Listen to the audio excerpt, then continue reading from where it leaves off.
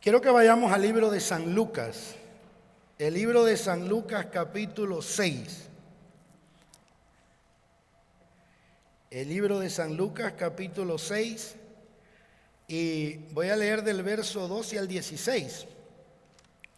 El tema de que escogí en esta noche es una pregunta. ¿Quién cualifica? Es una pregunta. ¿Quién cualifica? Casi todos nosotros creo que algún día hemos ido y hemos llenado una aplicación para trabajo en una empresa y nos piden el historial nuestro, el currículum, le dicen, ¿no? De la experiencia que tenemos en cuanto a lo que estamos aplicando. Y no solamente quizás somos los únicos que aplicamos, sino que hay otros más que también están aplicando para hacer el mismo trabajo. Y dependiendo la experiencia, dependiendo cuánto usted sabe del trabajo por el cual está aplicando, así la empresa decide a quién escoge para que trabajen con ellos. ¿Cierto? Creo que a todos nos ha pasado eso, ¿verdad? Cuando los que nos gusta el deporte también, en mi caso el fútbol, me crecí jugando fútbol y viendo fútbol. Yo creo que algunos que los que están aquí también, Johan me levantó el dedo, él también. Creo que cuando se arma un equipo, usted quiere en el equipo los titulares, lo mejor de lo mejor. Usted quiere formar un equipo buenísimo, porque usted quiere ganar. Y usted quiere representar la organización ya en caso de equipos ya, no sé, de élite, equipos ya grandes, que cada uno de ustedes tendrá su favorito.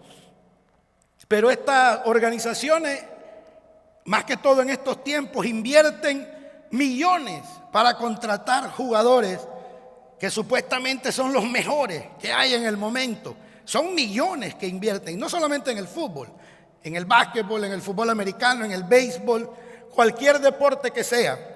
Se invierte mucho porque quieren los que están mejor cualificados, los mejores deportistas.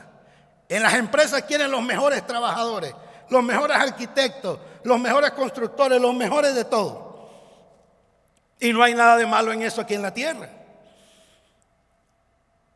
Pero ahora, en cuanto al reino del Señor, ¿quién cualifica para trabajar en esa empresa? ¿Qué cualidades tiene que tener una persona? ¿Qué habilidades, qué talentos tiene que tener una persona para cualificar, para ser digno de ser llamado un trabajador del reino de los cielos? Bueno, leamos Lucas capítulo 6 y voy a tratar de terminar hoy a las 8. Lucas capítulo 6, verso 12 al 16 dice así: en aquellos días él, hablando de Jesús, fue al monte a orar y pasó la noche orando a Dios. Y cuando era de día, llamó a sus discípulos y escogió a 12 de ellos, a los cuales también llamó apóstoles. A Simón, a quien también llamó Pedro, a Andrés, su hermano, Jacobo y Juan, Felipe y Bartolomé, Mateo, Tomás, Jacobo, hijo de Alfeo, Simón llamado Celote, Judas, hermano de Jacobo, y Judas Iscariote, que llegó a ser el traidor. Le tocaba al Señor escoger su equipo de trabajo. La Biblia dice que el Señor pasó toda la noche orando y luego bajó toda la noche para poder escoger a aquellos que iban a llevar su evangelio, sus buenas nuevas al mundo entero. Y la Biblia nos da aquí sus nombres. Ahora, ¿qué cualidades tenían estos personajes? ¿Qué habilidades tenían estos personajes? ¿Qué había en ellos diferente para que el Señor los haya escogido? Ahora, en el mundo en el que vivimos, lógicamente, evaluamos las personas de acuerdo a lo que han logrado, ¿no? Una empresa quiere contratar, como dije, a aquel que se ha preparado arduamente, y no hay nada malo en eso, y es bueno. Y esa empresa quiere contratar a esa persona, porque sabe que le va a ser de valor. Ahora, estos personajes que el Señor escogió, quiero decirles que eran personajes comunes y corrientes como cualquiera de nosotros. La mayoría de ellos eran pescadores. La mayoría de ellos. Ahora, vamos a tocar quizás unos 4 de estos personajes. Quiero hablar acerca de ellos para que un poco vayamos entendiendo cuál era el equipo ese que el Señor había formado, un equipazo, ¿no? Se iban a enfrentar al mundo entero, al diablo, a los opositores, se iban a enfrentar a la gente religiosa. O sea, esta gente iban a tener un trabajo, el cual ninguna persona en el mundo lo había tenido quizá. Llevar el evangelio de Jesucristo, las buenas nuevas de salvación al mundo entero. Ahora, ¿quiénes eran ellos? Vamos a empezar con Pedro. ¿Quién era Pedro? ¿Qué cualidades tenía Pedro para poder ser digno, ser llamado por el Señor? Bueno, los que somos cristianos conocemos y sabemos quién era Pedro. Pedro era un hombre, y si usted estudia su historia, un hombre impulsivo y en muchas ocasiones violento. ¿Se acuerda cuando llegaron a aprender al Señor lo que hizo Pedro? Pedro sacó el machete, sacó el corvo, sacó, no sé cómo usted le dice, la espada, y le voló la oreja a un individuo, Malco. Así era Pedro. Pedro actuaba antes de pensar. Pedro no andaba pensando mucho. Pedro miraba algo y actuaba inmediatamente. Era impulsivo, era así, rápido. En mi país dicen era de mecha corta. Se encendía rápido Pedro. Y no solamente eso, sino que Pedro al final llegó también a negar a su maestro, a su Señor. Eso era Pedro, uno de los escogidos, uno de los cuales el Señor pasó toda la noche orando para escogerlo a él, a Pedro, que fuese uno de los 12. Eso era Pedro. Siempre cuando yo con Pedro tengo como un parentesco, creo yo, porque también hay veces no soy de muy buena paciencia, ¿verdad? Tengo que confesarlo. Y Pedro nos hace sentir que en realidad las cualidades muchas veces que nosotros, o las no cualidades, diría yo, que nosotros no tenemos, no son un impedimento para servir al Señor. Pedro carecía de muchas cosas. Pedro tenía que aprender mucho con el Señor. Y Jesús lo sabía. Claro que Jesús lo sabía. Pues porque Él lo escogió a él. Jesús sabía qué iba a pasar con Pedro. Pero quiero que más o menos nos demos cuenta, cada uno de nosotros, y lo que nos van a estar viendo y escuchando también por diferentes medios. El mensaje de hoy es una pregunta: ¿quién cualifica? Yo digo, si Pedro cualificó, siendo todo esto, porque Pedro era un desastre, la verdad, seamos honestos, igual que cada uno de nosotros. Pero Pedro cualificó. Ahora, vamos a hablar ahora de otro de los escogidos, Tomás. ¿Se acuerda de Tomás? Decía un hermano, un predicador, que Tomás decía que no creía ni en la luz eléctrica ni que viera un foco prendido, decía. Tomás era escéptico, Tomás preguntaba todo, Tomás quería primero ver y después creer. Hacía preguntas todo el tiempo, que no es malo hacer preguntas.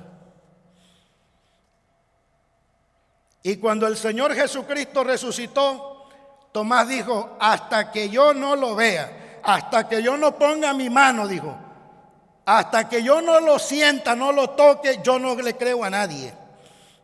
Un escéptico. Así que aquellos que somos escépticos, no se preocupen, que también el Señor escoge a gente que es escéptica, que no le creen a todo mundo. Todos podemos de alguna forma familiarizarnos con estos personajes. Esos eran ellos. Esa era la realidad de quienes eran ellos. Vamos a hablar de Mateo. ¿Quién era Mateo? Un cobrador de impuestos, odiado por su mismo pueblo. Históricamente los cobradores de impuestos eran odiados por todos los judíos porque trabajaban para el imperio romano y le cobraban impuestos a su misma gente. Claro, obtenían muchas ganancias de eso, pero el pueblo los odiaba. ¿Se imagina usted que el Señor Jesucristo escoge a un hombre que es odiado por todo su pueblo? Así que si hay alguno que quizás no es muy bien querido por todo mundo, no se preocupe, que para usted también hay oportunidad. Porque Mateo no lo quería, pero yo creo que ni su familia. Pero el Señor Jesucristo lo escogió.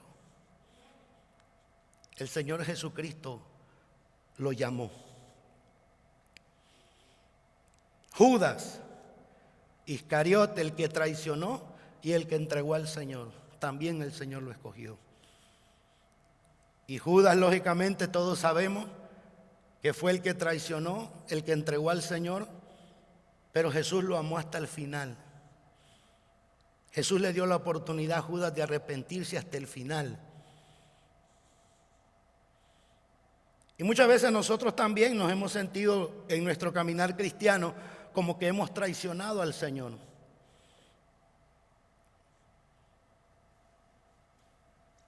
Pero el Señor también llamó a Judas, aunque después Judas decidió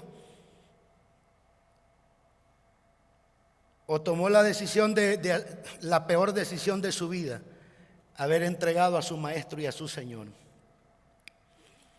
Ahora, con todo esto, ¿qué tiene que ver con cada uno de nosotros? Hermano, cada uno de nosotros siempre bregamos con algo en nuestra vida. Cada uno de nosotros. Cristiano o no cristiano, nosotros siempre luchamos y batallamos con algo en nuestra vida. ¿Cierto o no? Si uno dice que no, voy a al final pedirle que se arrepienta, por favor, y se convierta. Porque todos batallamos con algo en nuestra vida. Todos. Todos tenemos algo que necesitamos que el Señor trabaje con eso.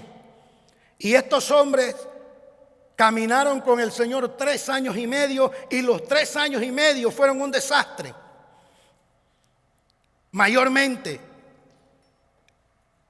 O sea, constantemente se andaban equivocando y constantemente andaban haciendo lo contrario que lo que el Señor les decía que hicieran. Por 3 años y medio. Pero el Señor les tuvo paciencia. Gracias a Dios por su paciencia, de verdad. ¿Cuántos no hemos disfrutado de la paciencia del Señor? Es una de mis oraciones. Siempre le digo al Señor, Señor, gracias porque me tienes paciencia, de verdad. Yo no entiendo cómo es que me aguantás. No entiendo. ¿Cómo es que me tenés tanta paciencia? No lo entiendo. Pero yo creo que excepto Judas, que fue el que traicionó al Señor y lo entregó, estos otros 11 que quedaron, creo que aunque eran un desastre y aunque se equivocaron mucho, creo yo que llegaron a tener una cualidad que es bien importante y que para mí fue decisiva en cada uno de ellos. En los 3 años y medio que estuvieron con el Señor, llegaron a amar al Señor con todo su corazón. Aunque al principio no entendían de qué hablaban, ni sabían de lo que Jesús hablaba. Constantemente se acuerda que Jesús tenía que estarles explicando las parábolas que él hablaba y decirles, no, esto es así, pero ¿hasta cuándo he de estar con ustedes? ¿Se acuerda cuando el Señor les dijo, ¿hasta cuándo? Pero el Señor sabía que en el fondo del corazón de estos hombres lo amaban y habían creído en él. Y aunque no todo lo hacían bien siempre, si hacían algo bien, se mantuvieron con Jesús hasta que Jesús fue prendido y hasta que Jesús fue crucificado. Y al resucitar el Señor, ellos todavía no entendían, aún el Señor Jesucristo resucitado, ellos no entendían qué estaba pasando. Pero llegó el tiempo en Hechos capítulo 2, donde el Señor, se acuerda que Jesús les había prometido a ellos que no los iba a dejar huérfanos, sino que les iba a dar un consolador. Gracias al Señor que el Señor nunca nos deja solos y nunca nos deja huérfanos. El Señor siempre está con nosotros, aún en los momentos más difíciles. Y aún, hermanos, yo creo que tenemos un concepto de Dios erróneo. Es que pensamos que Dios solamente está con nosotros cuando nosotros estamos haciendo las cosas bien. Y yo he comprobado todo lo contrario. No estoy mandando a nadie a hacer las cosas mal, lógico. Pero lo que pasa es que tenemos que entender que la paciencia, la misericordia y el amor de Dios es tan grande que se manifiesta aún más cuando nosotros estamos caídos y sabemos que hemos hecho algo. ¿Se acuerda cuando Pedro negó al Señor y cuando Jesús resucitó? ¿Qué es lo primero que dijo Jesús? Vayan y díganle a Pedro. Y Jesús fue a buscar a Pedro aún como Pedro se encontraba amargado, frustrado porque había negado a su Señor. Y Jesús sabía en la condición en que estaba Pedro. ¿Se imagina usted que por 3 años y medio Jesús lo mandó a sanar enfermos? Jesús lo mandó a sacar demonios, a predicar el evangelio. Y al final, cuando Jesús necesitó de Pedro, Pedro lo negó. ¿Se imagina cómo se debe haber sentido Pedro? Dice que lloró amargamente. Y Pedro había regresado ya ni modo, ya no cualifiqué. Pedro pensó que ya no tenía ya la cualificación para servir al Señor. Dice la Biblia que él volvió a la pesca, volvió a las redes, al mar. Olvidémonos de esto, se acabó, se murió, ya estuvo. Y ni cualifiqué porque hasta lo negué. Y asimismo cada uno de los apóstoles, todos, dice la Biblia que cuando llegaron a prender a Jesús, todos ellos, toditos huyeron, dejaron al Señor solo, todos, sin faltar uno, todos huyeron. Pero la misericordia y el amor de Dios es tan grande que primero Dios va y busca a Pedro. Acuérdense que Pedro iba a ser el líder, el pastor, si podemos decir. Y todos creo que nos sabemos y nos recordamos la conversación que tuvo el Señor con Pedro. Y el Señor le confirmó su amor a Pedro una vez más, ahí donde Pedro estaba caído, derrotado, sin esperanza ya. Él pensó que todo se había acabado. Es lindo ver, y la verdad que es lindo experimentar en nuestra vida, porque lo he experimentado yo, que cuando nos sentimos que no somos dignos que el Señor esté cerca de nosotros, es cuando Dios se acerca más a cada uno de nosotros. Eso es incomprensible, yo nunca lo he podido entender. Un día me acuerdo yo y que yo estaba pasando una situación difícil. Le había fallado al Señor de tal manera que me sentía sucio. Me sentía que yo no era digno. Yo no entendía cómo yo pude haber hecho esto si yo hice un compromiso, hice un pacto de servir al Señor toda mi vida y me encontraba que usted no tiene idea. Fui a la iglesia esa vez, y eso pasó hace muchos años, donde yo me convertí, y se lo voy a decir cómo pasó. Fui a la iglesia, entré ahí, y al entrar dije yo: Señor, creo que quizás esta es la última vez que yo que yo vengo a la iglesia. Es que alguien como yo no puedo. Tú ves lo que yo hice. Me acuerdo que estaba en la banca de enfrente y me arrodillé y no podía ni hablar. Me sentía tan mal que no podía ni hablar. Y lloraba y lloraba y lloraba. ¿Y sabe lo único que yo le dije al Señor? Yo le dije: Señor, si hoy no quieres acercarte a mí, yo entiendo, yo comprendo, porque no tienes, no debes. Así le dije. Una oración quizás no muy, pero así me sentía. Yo le dije: si no te me acercas, está bien, no hay problema, yo entiendo por qué.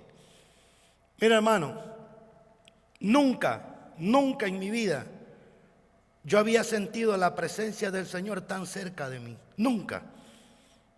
Sentí, no sé ni cómo explicarlo, pero sentí como que algo me abrazaba, pero una cosa, un calor y un perdón y un amor y una misericordia que yo no la entendía y aún la quería hasta rechazar. Mi humanidad no quería eso. Mi humanidad se sentía condenada, se sentía mal. Pero gracias a Dios por su amor y su misericordia, de verdad. Y el Señor me abrazó esa vez. Y yo le pregunté: Señor, ¿por qué haces esto? Y me acuerdo como que fuese ayer, que en mi corazón no escuché otra cosa dentro de mi corazón. Yo no voy a decir que escuché la voz de Dios audible ni nada por el estilo, pero dentro de mi corazón, en lo más profundo de ahí, yo supe que algo me decía: simplemente porque te amo, porque te amo. Yo espero que cada uno de nosotros podamos entender algo. Ninguno de nosotros que hemos puesto nuestra fe en el Señor Jesucristo y hemos decidido servirle y ser parte del cuerpo de Jesucristo y del reino del Señor, ninguno de nosotros tiene las cualificaciones para estar allí. Estamos ahí porque simplemente el Señor nos amó de tal manera que decidió escogernos a cada uno de nosotros, y Él nos llamó y nos hizo parte de Él. Por eso es que nosotros estamos ahí.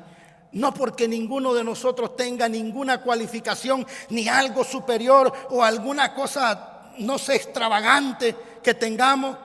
No es por nada de eso. Es simplemente porque el Señor nos amó y Él mismo nos escogió para sí mismo. Esa es la única razón por la que estamos nosotros, y cualificamos no por nosotros, sino por lo que Él hizo en la cruz del Calvario y por nuestra fe que hemos puesto en Él. Amén. Sí, Señor, es por eso que cualificamos. Voy a terminar leyendo en Primera de Corintios, capítulo 3, verso 26 al 29. Primera de Corintios, capítulo 3, verso 26 al 29. Pues mirad, hermanos, vuestra vocación, que no sois muchos sabios según la carne, ni muchos poderosos, ni muchos nobles, sino que lo necio del mundo escogió Dios para avergonzar a los sabios, y lo débil del mundo escogió Dios para avergonzar a lo fuerte. Y lo vil del mundo y lo menospreciado escogió Dios, y lo que no es, para deshacer lo que es, a fin de que nadie se jacte en su presencia. A fin de que nadie se jacte en su presencia. Yo siempre digo, el cielo está lleno de malos y el infierno está lleno de buenos, o que se creyeron buenos.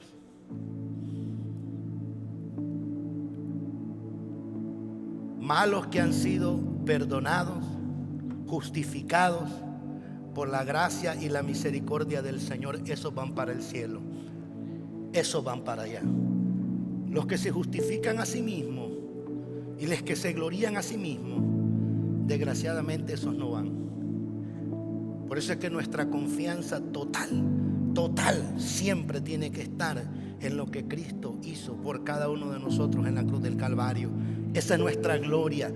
Ese es nuestro fundamento, esa es nuestra roca. Siempre tiene que ser así. Nunca se desvía a la izquierda, a la derecha, nunca. No permita nunca que su humanidad le haga pensar que nosotros tenemos cualidades en nosotros mismos para agradar al Señor y para servir al Señor y para hacer lo que el Señor nos ha mandado hacer. Nosotros no las tenemos. Él nos la da a nosotros por medio del Espíritu Santo. ¿Se acuerdan el libro de Hechos cuando el capítulo 2 estaban todos reunidos en el aposento alto? La Biblia dice que de repente vino un ruido, vino un estruendo y que llenó toda la casa y fue depositado en cada uno de los que estaban esperando ahí. Fueron llenos del Espíritu Santo y Dios tuvo que bautizar a cada uno de ellos. Quiere decir que Jesús andaba con ellos, pero tenía que estar en ellos. No era suficiente simplemente estar con los discípulos, porque él había experimentado ya, él los había visto, que si solamente estaba con ellos, ellos no iban a poder. Lógico, Jesús no podía quedarse con ellos todo el tiempo. Por eso es que él les prometió el Consolador, que vendría él a habitar la habitación en ellos mismos, dentro de ellos. Y después del libro de los Hechos, capítulo 2, que fueron todos llenos del Espíritu Santo, Pedro, Tomás, Mateo, y después todos los demás apóstoles, nunca jamás sus vidas fueron iguales. Amaron al Señor de tal manera que estuvieron dispuestos a dar su vida por Él.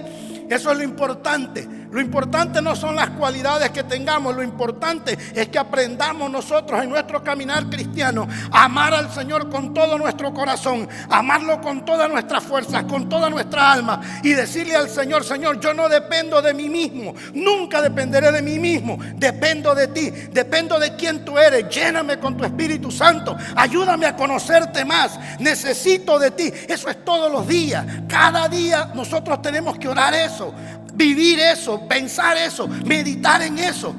Así el Señor se irá formando en cada una de nuestras vidas y aprenderemos que no somos nosotros. Ya no vivo yo, dijo el apóstol Pablo, mas Cristo vive en mí, mas Él vive en mí ahora. Y en cada uno de ustedes también tenemos que aprender que no tenemos las cualidades nosotros mismos, pero Él nos las da porque Él es bueno y porque Él es misericordioso y porque Él nos ama.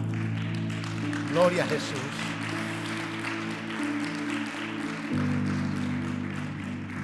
Solamente hay que acercarse a Él. La palabra humildad se confunde también muchas veces.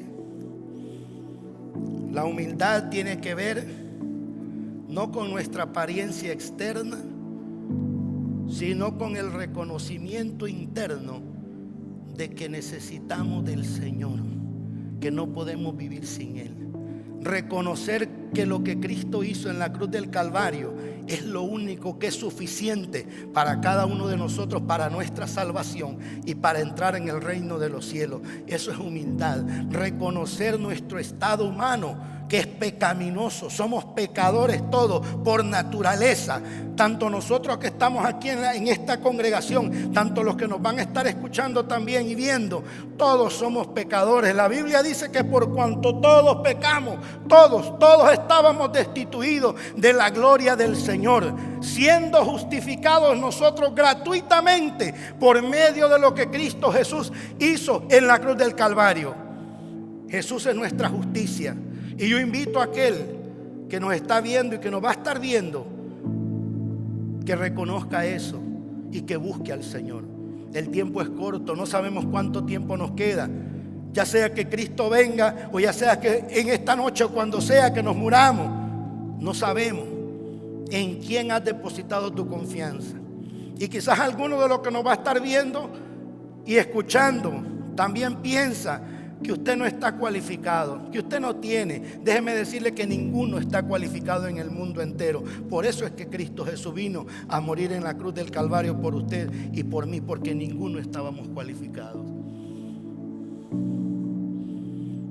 Quiero hacer una oración y con esto termino. Si hay alguien, tanto los que nos van a estar viendo y escuchando en los diferentes medios, o aquí quizás en esta noche, usted se ha sentido como que usted quizás no está cualificado.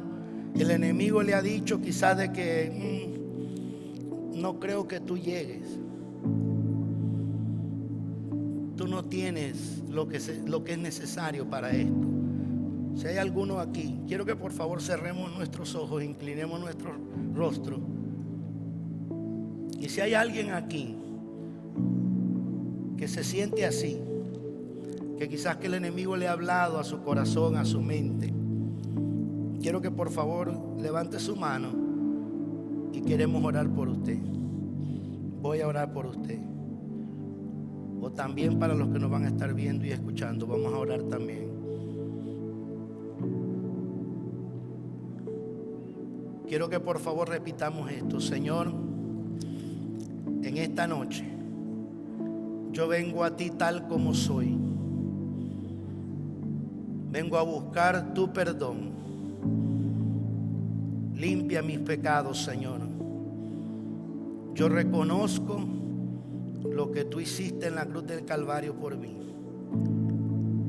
Y hoy yo me arrepiento de mis pecados y te busco a ti. Pongo mi fe en ti, Señor. Solamente en ti.